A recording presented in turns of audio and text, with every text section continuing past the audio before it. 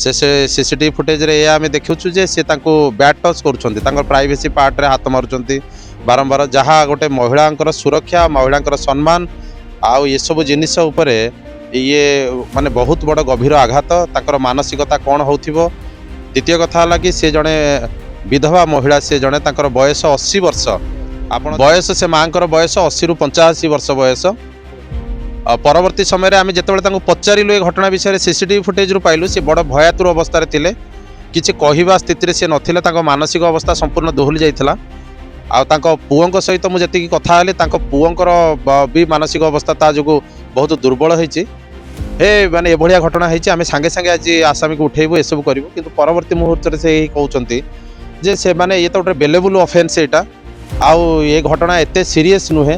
मु बड़ा दुख लगे जी केस को हैंडल कर प्रियदर्शनी मैडम पिपिली अन्य घटना मु किछि अंचल लोक मान शुणी सहित सहयोगी अच्छा बेसी कई नुहति मुझे अनुभव करी अन्य शुणी 4-5 जन परवर्ती समय आसिक धमक चमक देवा पुओं को जे केस उठे दियो जदि केस न उठेब ताहले तुम मुंड आम गड़ेवा पछेबू ना ना किसी अच्छी बोली मुझे शुणी हाइकोर्ट रू कौन बेल होती एभली कथा ये सब बेल नहीं आसिक मुंड गड़ेबार जो भय देखा ये सब जिनिस ओडिशार तांकर एभली अनेक घटना अच्छी मु बहुत कथा शुणी आउ मु गभीर भाव में जानी जी शुणिली जानिली जे एभली कम जे करुँच गोटे 80 वर्षर महिला प्रति असदाचरण करुँच सी कौन जनतार सेवा करेंगे आउ से अंचल प्रति असम्मान करुँच ये अंचल लोक मैंने तार विरोध करवा उचित। एक्चुअली ये इनसीडेंटा होता 20 तारिख 4:15 अपराह्न 4:15 घटना 4:15 समय तांकर मदर आम जहाँ देखिलु सीसीटीवी फुटेज रे तांकर मदर एक्चुअली आसी फ्रेश हाँपाई से प्रत्यह आसती आसला फॉलो करी अंचल जड़े जैनिक व्यक्ति अच्छा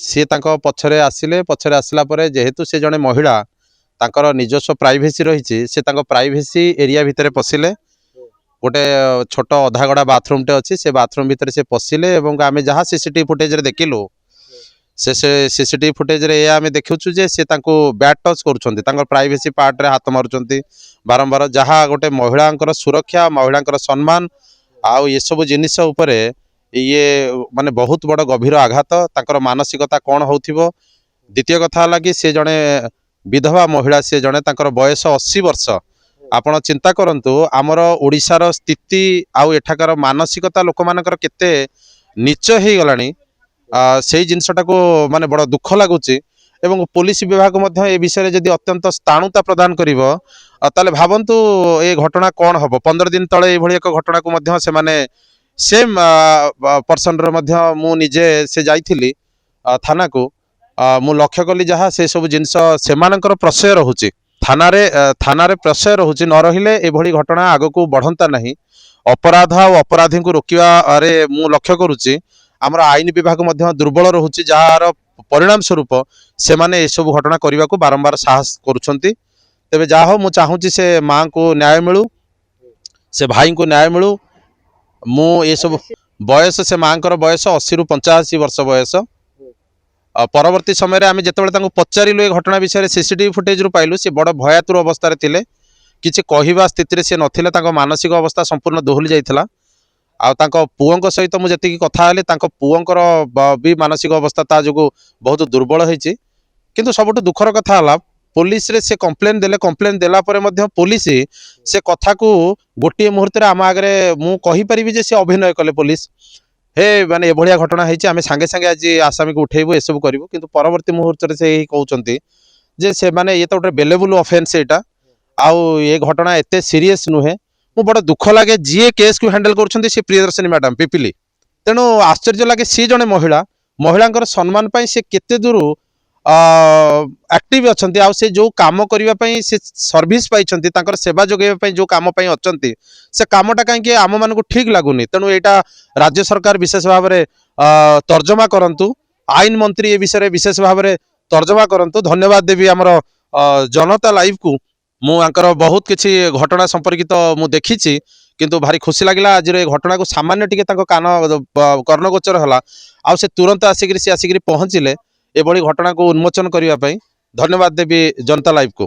ତାଙ୍କ ବୟସ 55 ରୁ 60 ଭିତରେ ହବ। ମାଉସୀଙ୍କ ବୟସ 80 ରୁ 85 ହବ। ଅନ୍ୟ ଘଟଣା ମୁଁ କିଛି ଏ ଅଞ୍ଚଳରେ ଲୋକମାନଙ୍କ ଠାରୁ ଶୁଣିଛି ଆଉ ତାଙ୍କ ସହିତ ସହଯୋଗୀ ଅଛନ୍ତି, ବେଶୀ କେହି ନୁହନ୍ତି। ମୁଁ ଯେତିକି ଅନୁଭବ କରିଛି ବା ଅନ୍ୟମାନଙ୍କଠୁ ଶୁଣିଛି 4-5 ଜଣ ପରବର୍ତ୍ତୀ ସମୟରେ ଆସିକି ମଧ୍ୟ ଧମକ ଚମକ ଦେବା ତାଙ୍କ ପୁଅଙ୍କୁ ଯେ କେସ୍ ଉଠେଇ ଦିଅ, ଯଦି କେସ୍ ନ ଉଠେଇବ ତାହେଲେ ତମର ମୁଣ୍ଡ ମଧ୍ୟ ଆମେ ଗଡ଼େଇବାକୁ ପଛେଇବୁ ନାହିଁ, ଏଭଳିଆ ମଧ୍ୟ ଆସିଲା। ସିଏ ମଧ୍ୟ ଟିକେ ଭୟ କଲେ। ଅବଶ୍ୟ ମୁଁ ଯେହେତୁ ମାନେ ଅନ୍ୟାୟକୁ ଦେଖିଲେ ମୋର ଗୋଟେ ସବୁ ଜାଗାରେ ରହିଛି, ମୋ ରକ୍ତ ଶିହରି ଉଠେ, ତେଣୁ ମୁଁ ସେଥିପାଇଁ ମଧ୍ୟ ତାଙ୍କୁ ସାହସ ଦେଲି। ମୁଁ କହିଲି ଚିନ୍ତା କର ନାହିଁ, ଏଥିପାଇଁ ମଧ୍ୟ ଆମ ଓଡ଼ିଶାରେ ଆଇନ ବ୍ୟବସ୍ଥା ଅଛି। କେହି ସାମାନ୍ୟ ତାକୁ ଦୁର୍ବଳ କରିଛନ୍ତି, କିନ୍ତୁ ଆଇନ ବ୍ୟବସ୍ଥା ଅଛି। ଆମର ବିଶ୍ୱାସ ଅଛି ମୁଖ୍ୟମନ୍ତ୍ରୀ ଆଦରଣୀୟ ମୋହନ ମାଝୀଜୀଙ୍କ ଉପରେ। ତେଣୁ ଏଇ ଯେଉଁ ଘଟଣାର ମାନେ ତ୍ୱରିତ କାର୍ଯ୍ୟାନୁଷ୍ଠାନ ନେବା ପାଇଁ ମୁଁ ବିନମ୍ର ନିବେଦନ କରୁଛି। ତାଙ୍କ ନାଁ ବିଜୟ ଦାସ। ସେ ଆଜ୍ଞା ବୟସ ତାଙ୍କର 55 ରୁ 60। କଣ କରନ୍ତି? ସେ ଆମେ ଯେତିକି ଜାଣିଛୁ ସେ ଜଣେ ରାଜନୀତିରେ ସକ୍ରିୟ ବ୍ୟକ୍ତି ଜଣେ। ସେ ପୂର୍ବତନ ସରପଞ୍ଚ ଥିଲେ ବୋଲି ମୁଁ ଶୁଣିଛି। ମୁଁ ତ ଓଡ଼ିଶାର ବିଭିନ୍ନ ପ୍ରାନ୍ତକୁ ଯାଏ ସହଜେ, ମୁଁ କଳାକାର, ତା ସହିତ ମୁଁ VHP ବିଶ୍ୱ ହିନ୍ଦୁ ପରିଷଦରେ କିଛି ଦିନ କାମ କରିଛି। ତାଙ୍କ ନାଁରେ କିଛି ଅଛି ବୋଲି ମୁଁ ଶୁଣିଛି, ହାଇକୋର୍ଟରୁ କ'ଣ ବେଲ୍ ହେଇଛନ୍ତି ଏଭଳି କଥା। ଏସବୁ ବେଲ୍ ନେଇକିରି ଆସିକିରି ମୁଣ୍ଡ ଗଡ଼େଇବାର ଯେଉଁ ଭୟ ଦେଖେଇବା, ଏସବୁ ଜିନିଷ ଓଡ଼ିଶାର ତାଙ୍କର ଏଭଳି ଅନେକ ଘଟଣା ଅଛି। ମୁଁ ବହୁତ କଥା ଶୁଣିଛି ଆଉ ମୁଁ ଟିକେ ନିର୍ଭୀକ ମୁଁ ଅଛି ଲୋକମାନଙ୍କର ମତାମତ ଭିତରେ। ତାଙ୍କର ତ କେସ୍ ଚାଲିଛି ମଧ୍ୟ, ସେ ମଧ୍ୟ ଡେଟ୍ ଯାଇକିରି ତାରିଖ ସେ ଆଟେଣ୍ଡ କରୁଛନ୍ତି। ଆଉ ମୁଁ ଗଭୀର ଭାବରେ ଜାଣିନି, ଯେତିକି ଶୁଣିଲି ଜାଣିଲି ଯେ ଏଭଳି କାମ ଯିଏ କରୁଛନ୍ତି, ଗୋଟେ 80 ବର୍ଷର ମହିଳା ପ୍ରତି ଅସଦାଚରଣ କରୁଛନ୍ତି, ସିଏ କ'ଣ ଜନତାର ସେବା କରିବେ? ଆଉ ସେ ଅଞ୍ଚଳ ପ୍ରତି ଅସମ୍ମାନ କରୁଛନ୍ତି। ଏ ଅଞ୍ଚଳର ଲୋକମାନେ ମଧ୍ୟ ତାର ବିରୋଧ କରିବା ଉଚିତ।